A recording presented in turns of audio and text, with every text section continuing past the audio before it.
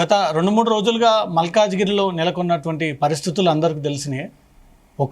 ఒకరిపైన దాడి చేసుకుంటారని, ఇంకో గ్యాంగ్ ఇంకోరిపైన దాడి చేసుకుంటారని ఎంతో భయమైనటువంటి పరిస్థితుల్లో మల్కాజ్గిరిలో ఈ బోనాలు ఘట్టాల ఊరేగింపు భయమైనటువంటి సిచ్యువేషన్లో చేసుకుంటున్నారు.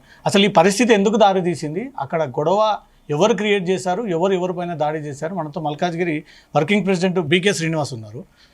అక్కడ ప్రత్యక్షంగా మీరు ఉన్నారా చెక్కుల పంపిణీ కార్యక్రమంలో? ఏం జరిగింది, మీరు ఏం చెప్పాలనుకుంటున్నారు కాంగ్రెస్ పార్టీ తరఫున?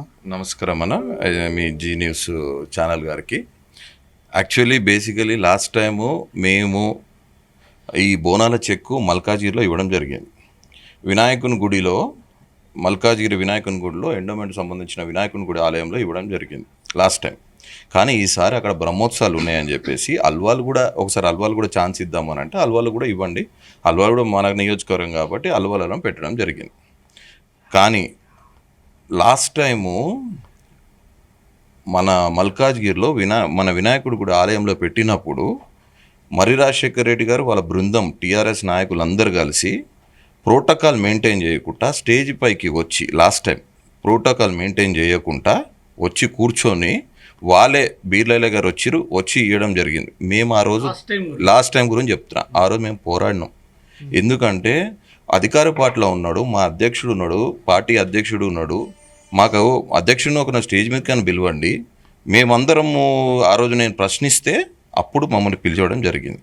లాస్ట్ టైం ప్రోటోకాల్ మెయింటైన్ చేయలేదు. అందుకు ఈరోజు అల్వాల్లా మేమందరం కూడా అల్వాల్కి వెళ్ళినప్పుడు కూడా అల్వాల్లో కూడా కనీసం ఒక అల్వాల్లో ఎండోమెంట్ సంబంధించిన అధికారులు ఉంటారు, మల్కాజ్గిరి అనే శాసనసభ్యుడు ఆయన మెయింటైన్ చేయాలండి ఇవన్నీ. ఆయన ప్రోటోకాల్ ఎవరిని పిలవాలి, ఎవరిని చేయాలి, అరే బీర్లైల గారు వస్తారు, మరి వాళ్ళ పార్టీకి అధికారం సంబంధించిన వాళ్ళు కాంగ్రెస్ పార్టీకి ఒకరినో ఇద్దరిని పిలవాలి, కార్పొరేటర్లకు స్థానం ఇవ్వాలి అని వాళ్ళు ముందుండి చూసుకోవాలి. ముందుండి చూసుకోకుండా సరే అక్కడికి వచ్చినారు, దన్న వచ్చి స్టేజ్ పైకి వచ్చేసినారు. స్టేజ్ పైకి రావడం జరిగింది, కార్పొరేటర్లు అందరికీ కూర్చుంది. మా దానిలో సరే మీరు అందరికీ తెలుసు, మీరు అందరికి ఇంటర్వ్యూ తీసుకున్నారు, అందరి విషయం తీసుకున్నారు. సాయన యూత్ కాంగ్రెస్ వైస్ ప్రెసిడెంట్ పిల్లాడు కూర్చున్న తర్వాత అక్కడ ఏదో రథోత్సవం జరిగింది. ఆ సాయిని లేకపోవడం వల్ల మీ ఎండోమెంట్ ఆఫీసర్లు ఎందుకు ప్రశ్నిస్తలేరు, మీరు చేయలేయండి అని. సరే ఎండోమెంట్ చేయ ఆఫీసర్ మీ ఎమ్మెల్యే చేయలేయడం జరిగింది. ఆడ ఉన్నాయి కొన్ని చైర్లు తెప్పించుకోవచ్చు అన్న, మీరు రభస ఎందుకు చేయాలి, చైర్లు తెప్పించుకొని మీరు కూడా కూర్చోవాలి. మీరు దాన్ని ముందుగా ప్రీ ప్లాన్కి వచ్చి గొడవ చేసుకోవాలని చెప్పి వచ్చిర్రు. సరే సాయితో ఇవ్వడం జరిగింది. తర్వాత టీఆర్ఎస్ నాయకులు నువ్వు ఓవనిరా, నువ్వు ఎందుకు వచ్చి ఆడ కూర్చుంటున్నావు అనగానే మా ఇన్ఛార్జ్ గారు ఇది ఏం మాట్లాడుతున్నావు అనే లోపల దన్న మా ఇన్ఛార్జ్ లక్ష్మీకాంత్ రెడ్డి మీద చేయడం జరిగింది. బట్టలు చింపేసుకున్నారు, రాపా అందరు కలిసి నడుస్తూనే ఉంది. నేనే మైక్ తీసుకున్నాను. ఆడ తీసుకొని కేవలం 3-4 చెక్కులు ఇచ్చి అధికారంగా ఎమ్మెల్యే గారి మీద, మన బీలైల గారి మీద, మరి ఎమ్మెల్యే మీద ఇచ్చేసి పంపించేద్దామని అనుకున్నాం. దన్న అనుకోవడం, కొట్టుకోవడం, బట్టలు చింపడం, లక్ష్మీకాంత్ రెడ్డి మీద బట్టలు చింపడం, ఈ వెంకన్న, రామ్ యాదవ్ దన్న అనుకొని ఆ కొట్లాట బయట దాకా తీసుకెళ్ళిన తర్వాత మేము అక్కడ నేను ఏం చెప్పినా గొడవ జరుగుతూనే ఉంది, జరగకుండా గేట్ బయట దాకా తీసుకెళ్తూనే ఉన్నారు. తీసుకెళ్ళిన తర్వాత అక్కడ గొడవ జరుగుతుంది, మేము అందరం ఆపుతా ఉన్నాం, మేము కూడా కొందరు ఆపుతా ఉన్నాం. చిన్న యాదవ్ గారు కూడా వచ్చినాడు. చిన్న యాదవ్ కూడా ఆపుతా ఉన్నాడు. ఆయన ఆపుతా ఉన్నాడు, నూకుతా ఉన్నాడు, ఆపుతా ఉన్నాడు, అందరం ఆపుతా ఉన్నాం.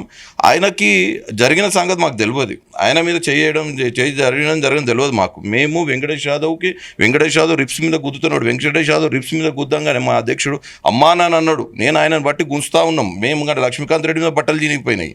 రపా అందరూ కొట్టుకుంటున్నాం జరుగుతుంది. మేము ఆ ఫ్లోలో ఉన్నాం. చిన్న యాదవ్కి వెనక మాకు ఆయన మీద చేయిందని మాకు తెలియదు. అది జరిగింది. అది ఏదో అనుకోకుండా ఆయన నూకడం వల్ల మా నాయకులు, అల్వాల్ నాయకులు కొందరు ఏదో అందరూ ప్రతి దాడి అందరూ అనుకోవడం జరగడం వల్ల మేమందరం చిన్న యాదవ్ సరే బాధపడ్డాం. అరే అయ్యింది చిన్న యాదవ్ మీద, ఆయన నాన్ కాంట్రవర్సీ క్యాండిడేటే, చిన్న యాదవ్ మీద దాడి జరిగింది అరే అని బాధపడి హనుమంతన్న కూడా చెప్పినాం. అన్న ఇట్లా చిన్న యాదవ్ విన్నారే సరే హనుమంతన్న కూడా మేము దాన్ని ఒప్పిద్దామని హనుమంతన్న చిన్న యాదవ్తో దెబ్బలు పడ్డాయన్న, పాపం ఆయన మీద ఏదో జరిగింది తోకులాటలో అంటే హనుమంతన్నకు చెప్పి చిన్న యాదవ్ గారు కాల్ చేపిద్దామనే లోపల మండల రాధాకృష్ణ యాదవ్ గారు ఆయన ఫోన్ చేయడం జరిగింది. హనుమంతన్నకి ఫోన్ చేయడం జరగడంలో ఆయనకు రెచ్చగొట్టే మాటలో మాట్లాడే లోపల చేసుకుందాం లంజోడక ఇంజోడక అన్న లోపల మరి హనుమంతన్న కూడా రెచ్చగొట్టే లోపల నేను వస్తున్నా అని చెప్పేసి వీళ్ళు రావడం, నువ్వు చేయడం, ఇవన్నీ చేయడం జరిగింది. మల్కాజ్గిరి రావడం జరిగింది. మల్కాజ్గిరి రావడంతో ఆయన ఎప్పుడైనా హనుమంతన్న ఒక్కటే వెహికల్ ఆయన వస్తే ఆయన ఎంబడ టకా టకా టకా అందరూ బండ్లు యాడ్ అయితేనే ఉంటాయి. ఆయన ఎప్పుడు ఇంతమంది రా అంతమంది రా అని చెప్పాడు. రావడం మల్కారి దాని రావడం, లా అండ్ ఆర్డర్ పోలీసు వాళ్ళందరూ కాపాడినారు, పోలీసు వాళ్ళందరూ కూడా అధికారంగా ఉన్నారు. దాని తర్వాత రోహిత్ బాబు గారు కూడా రావడం జరిగింది. రోహిత్ బాబు రావడం ఎందుకు వచ్చాడు, వాళ్ళ తండ్రికి ఎవరు ఇంట్లో ఎవరికైనా అయినా దోస్తుకి ఏదైనా అయినా పోతాం, వాళ్ళ తండ్రితో సవాల్ అయినప్పుడు ఇంట్లో కొడుకు రాడా? ఆయన ఎంఎస్ఎస్ ఆర్గనైజేషన్ మల్కారి నుంచి ఎన్నో అభివృద్ధి పరుగులు చేసిండు. మల్కారి కూడా ఆయనకు సంబంధం వచ్చిండు. ఆయన మెదక్ ఎమ్మెల్యే అయితే రావద్దా? వచ్చి తండ్రికి ఏదైనా ఆపద వచ్చిండు, వచ్చి కూర్చొని అందరితో వచ్చి ఆయన ఒక్కటే బెకిల్ మీద వచ్చి సిఏ గారు లా అండ్ ఆర్డర్ కాపాడండి అని చెప్పి మా స్లోగన్స్ ఏముంది, కేటీఆర్ కేసీఆర్ డౌన్ రేవంత్ రెడ్డి గారి నాయకత్వం వర్ధిల్లా అనే స్లోగన్స్ ఇచ్చి ఎక్కడికక్కడ వెళ్ళిపోవడం జరిగింది. ఇది కేవలం జరిగింది. మీరు చెప్తున్నారు లాస్ట్ ఇయర్ చెక్కుల పంపిణీలో ప్రోటోకాల్ ఇష్యూ రైజ్ అయింది, మేము రిక్వెస్ట్ చేస్తే మా నాయకుల్ని పైకి తీసుకొచ్చారు. సేమ్ అదే తరహాలో ప్రోటోకాల్ ఇష్యూ ఒక క్రియేట్ చేసి బీఆర్ఎస్ నాయకులను అవమానపరిచేటువంటి ఆలోచనతోటే కాంగ్రెస్ ఈ చెక్కుల పంపిణీ పెట్టినట్టుగా కనబడుతుంది. లేదండి, నేను అదే చెప్తున్నా కదా, ఒక ఎమ్మెల్యే శాసనసభ్యునిగా ఉండి నువ్వు చూసుకోవా అని అడుగుతున్నాం. మేమెందుకు వచ్చి మేమేం చేయాలి, మీరు వచ్చి చూసుకోవాలి కదా, శాసనసభ్య ఎమ్మెల్యే నువ్వే కదా, అధికారులతో మాట్లాడి నువ్వెందుకు చూసుకోవట్లేవు, నీకు ఆలోచన లేదా అని అడుగుతున్నాం మేము. దీన్ని కేవలం రాజకీయ మైలేజ్ గురించి బీసీల గురించి రుదకండి. ఇది నేను అనేది ఏంటంటే ఇది కేవలం ఇక గౌరవనీయులు మైనంపల్లి హనుమంతన్న 3 సార్లు ఎమ్మెల్యే, ఓ శాసనసభ్యుడు, 3 సార్లు MLA, MLC, greater Hyderabad president. ఆయన 1992 నుంచి ఒక ఎడ్యుకేషన్ చదువుకున్న వ్యక్తి, అమెరికాలో చదువుకున్న వ్యక్తి. ఆయన ప్రజల గురించి కార్యకర్తల గురించి ఎంత దూరమైనా పోతాడు. ఆయన నికారసమైన కార్యకర్త, ఆయన నికారసమైన నాయకుడు. ఆయన ఇవాళ మల్కాజ్గిరిలో ఎన్నో అభివృద్ధి పనులు జరిగినాయి. ఇవాళ మీరు ఇంటర్వ్యూ తీసుకున్న బీజేపీ ప్రసన్న మేడం కూడా భయప్రాంతం అవుతుంది, మల్కాజ్గిరిలో ఏం జరుగుతుందో ఏం గొడవలు అవుతుందో అని అంటుంది కదా. అమ్మ నువ్వు మా కారు పెడతాం, హనుమంతనొద్దు మా కారు పెడతాం, మల్కాజ్గిరిలో ఎన్ని కార్లైనా ఎన్ని కాలనీలైనా సరే మనం వెళ్దాం, కాలనీలో హనుమంతన గురించి అడుగుదాం, ఎంత అభివృద్ధి జరిగింది, సీసీ రోడ్లైనా డ్రైనేజ్లైనా ఎలక్ట్రిక్ అయినా గత ఆయన హయాంలో ఎన్నో అభివృద్ధి జరిగినాయి. ప్రధానమైన సమస్యలు మల్కాజ్గిరిలో రైల్వే చక్రబంధంలో ఉన్న మల్కాజ్గిరి ఎంతో ఆయన సొంత డబ్బులు ఇచ్చి రైల్వే బ్రిడ్జ్ని అయినా సరే, మరి సబ్స్టేషన్లు అయినా సరే, మౌలాలి కమాన్ లాంటి విషయంలో అయినా సరే, మరి చెరువుల అభివృద్ధి అయినా సరే, ఎన్నో అభివృద్ధులు హనుమంతన హయాంలో జరిగినాయి. మీ హనుమంతన హయాంలో ఆలయంలో ఆయన దయతో ఆయన కార్పొరేటర్లే ఆయన వెన్నుపోడ్చి వచ్చి కేవలం డబ్బులకి అదే ఇవాళ మర్రి రాజశేఖర్ రెడ్డి కేవలము ఇవాళ మొన్న అయిన ఎన్నికల్లో 2018 ఎన్నికల్లో ఆయన కేవలం డబ్బులతో వచ్చి ఇవాళ విచ్చలవిడిగా డబ్బులు పంపి ప్రజలల్లో ఇలా గెలిచి ఇలా విధ్వంసం సృష్టిస్తుండు. ఆయన రూపాయి కూడా పంచకుండా 75,000 ఓట్లు వచ్చింది మాకు. మైనంపల్లి హనుమంతన్నకి కాంగ్రెస్ పార్టీకి 75,000 ఓట్లు వచ్చినాయి. బీజేపీ నాయకుల ప్రస్తావన తీసుకొచ్చారు కాబట్టి ఇదే బీజేపీ నాయకులు పోలీస్ స్టేషన్ ముందు నిరసన వ్యక్తం చేస్తుంటే హనుమంతరావు కొడుకు 30 వాహనాలు తీసుకొచ్చి పోలీస్ స్టేషన్ ముందే గేట్లు దన్నుకొని వాహనాల మీద గ్రైనేట్ విసిరినటువంటి వీడియోలు పోలీస్ స్టేషన్లు ఉన్నాయి. ప్రత్యక్షంగా కాంగ్రెస్ వాళ్ళు కూడా చూశారు, బీఆర్ఎస్ వాళ్ళు కూడా చూశారు. లాస్ట్ ఇయర్ ఎప్పుడండి నేరేడ్మెట్ పోలీస్ స్టేషన్లో 30 నేను అదే చెప్తున్నా. ఎక్కడైనా హనుమంతన కేవలం ఒక బండి మీదనే వస్తాడు, 30 బండ్ల మీద ఏం రాడు. హనుమంతనకు అభిమానులు ఉంటారు, ఆయన చేసిన అభివృద్ధి మీద ఆయన నాయకులు ఉంటారు, ఆయన అభిమానంతో వస్తూ ఉంటారు. ఆయన ఎక్కడ పోయినా ఆయన వెనుక వస్తారు. కానీ ఆ రోజు పోలీస్ స్టేషన్ ఎక్కడ తనలే, మీరు వీడియోలు చూపెట్టండి, మేము చూపిస్తాం. లేదండి, అది ఒకరిది విద్వాంసాలు ఇట్లనే రెచ్చగొట్టుకుంటే అది మా కార్యకర్తలు హనుమంతన అభిమానులు చేయలేదు. అది వాళ్ళు సృష్టించుకొని అది చేయడం జరిగింది అంతే. ఇవాళ నేనేమంటున్నానంటే మల్కాజ్గిరి ప్రజలకు ఏదో భయం అవుతుంది, హనుమంతన అభిమానం కాంగ్రెస్ పార్టీతో భయం అవుతుంది, ఎక్కడ తిరగాలన్నా ప్రశాంతంగా ఉన్న బోనాలు ఎట్లా జరుపుకోవాలి, ఎందుకండి ఇవన్నీ? ఎవరేం చేశారు? హనుమంతన ఎవరికి ఏం చేశాడు? ఎంతమందిని కొట్టిండు, ఎంతమందిని చంపిండు? ఎందుకు తప్పు దారి తీస్తున్నారు మీరందరూ?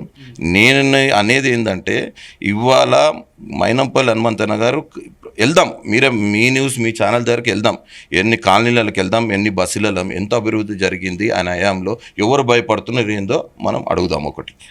రెండోది, ఇవాళ కేటీఆర్ గారు బీసీల మీద దాడులు జరిగిందని బీసీ నాయకులు అందరిని తీసుకొని, మాజీ మంత్రులు మాజీ ఎమ్మెల్యేలు అందరిని తీసుకొని వచ్చినాడు. మరి ఒక ఉద్యమకారుడు, తెలంగాణ టీఆర్ఎస్ ఉద్యమకారుడు, ఒక డివిజన్ అధ్యక్షుడు, మరి ఆయన చనిపోయడం జరిగింది ఇక్కడ పటేల్ నగర్లో. మరి వాళ్ళింటికి ఎందుకు పోలే? ఒక దళిత బిడ్డ నరసింహరావు అనే చనిపోయిండు. మరి ఒక దళితులను చనిపోవడం, బీసీలకు ఏదో అయ్యింది, బీసీ నాయకులకు జరిగింది అని చెప్పేసి పోయడం జరిగింది. చిన్న గొడవతోని వాళ్ళ ఇంట్లోకి వెళ్ళడం, పరామర్శించడం జరుగుతుంది. మరి ఒక దళిత నాయకుడు చనిపోయిండు, ఉద్యమకారుడు, టీఆర్ఎస్లో ఎంతో రోజుల నుంచి పనిచేసిండు. మరి ఆయన చనిపోయిన చాలా శోక దుఃఖంలో ఉన్నారు వాళ్ళ కుటుంబం. వాళ్ళని ఎందుకు పరామర్శించలే? మరి గతంలో మరి కృష్ణ మాదిగా ఉండే, కృష్ణ మాదిగా చనిపోయిండు, వాళ్ళ ఇంటికి ఎందుకు పోలే?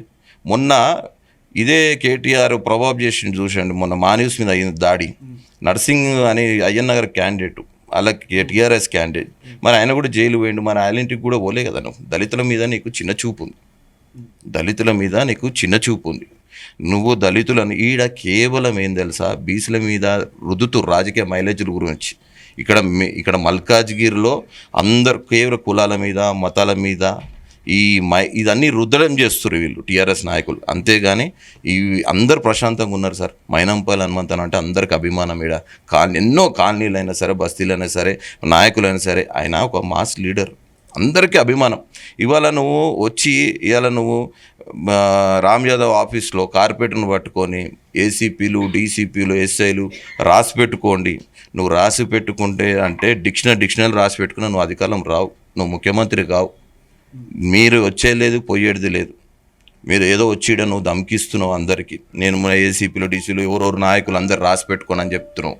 నువ్వు ప్రోటోకాల్ ఏది కాన్వే గురించి మాట్లాడుతున్నావు. ఇక్కడ వచ్చి మల్కారి చౌరస్తాలో 20-30 కార్లతో వచ్చి విధ్వంసం సృష్టించిన. మరి నువ్వెందుకు ఒక్కని తిరుగుతలేవు? నువ్వెందుకు 30 కార్లతో మల్కాయిరికి ఎందుకు వచ్చినావు? నువ్వెందుకు 100 కార్లు తీసుకొని ప్రెస్ క్లబ్ పోయినావు? నువ్వెందుకు కాన్వేలు మెయింటైన్ చేస్తున్నావు? నీకు ఇబ్బంది అయితే లేదా కాన్వేలు పెట్టేస్తే? అంటే నీకో న్యాయం, వేరేళ్ళకో న్యాయమా? నువ్వు ఫస్ట్ ఒక్కరిని తిరుగు, నీ ఒక్క కారుతో ఒక్కరిని తిరుగు. కేటీఆర్ గారు ఇవన్నీ ఇక్కడ నడవవు. నువ్వు చెప్పేది అంతా ప్రజలందరూ తెలుసు. గత దశాబ్ద కాలంలో 10 సంవత్సరాలు మీరు సృష్టించినది, మీరు 10 సంవత్సరాల్లో తెలంగాణ ప్రజలకు 100 కోట్లు దోచుకొని మీరు ఇలా శ్రీరంగ నీతులు మాట్లాడితే నమ్మడానికి ఎవరు లేరు. కాంగ్రెస్ పార్టీ, కాంగ్రెస్ పరిపాలన, కాంగ్రెస్ పార్టీ పథకాలు ఇలా ప్రజలకు హ్యాపీగా వెళ్తున్నాయి. అందరూ కూడా అభివృద్ధి నడుస్తుంది. మాకేం మైనస్ కాలే. ఎలక్షన్స్ ఉన్నాయి, మేము కూడా ప్రజలలోకి వెళ్తాం. మేమందరం 130 ఏళ్ళ కాంగ్రెస్ పార్టీ చరిత్ర పార్టీ మాది కూడా. రేపు మేము కూడా మా పథకాలు, మా హనుమంతన చేసిన అభివృద్ధితో మేము కూడా వెళ్తాం, దీనికి ప్రజలలోకి వెళ్తాం. జరిగినటువంటి ఘటన పైన శ్రీనివాస్ క్లారిటీ ఇచ్చారు. అక్కడ ఏ అంశం జరగకపోయినా బీఆర్ఎస్ నాయకులే వచ్చి మాపై దాడి చేసి మళ్ళీ తిరిగి మాపైన దాడి చేశారని ఒక అంశాన్ని క్రియేట్ చేసుకొని బీసీ నినాదాన్ని ఒకటి తెరపైకి తీసుకొచ్చి దాని ద్వారా రాజకీయాలు చేసేటువంటి ప్రయత్నం చేస్తూ ఉన్నారంటూ కూడా కాంగ్రెస్ నాయకులు అంటున్నారు. కెమెరా పర్సన్ కృష్ణతో రవితేజ, జీ న్యూస్, హైదరాబాద్.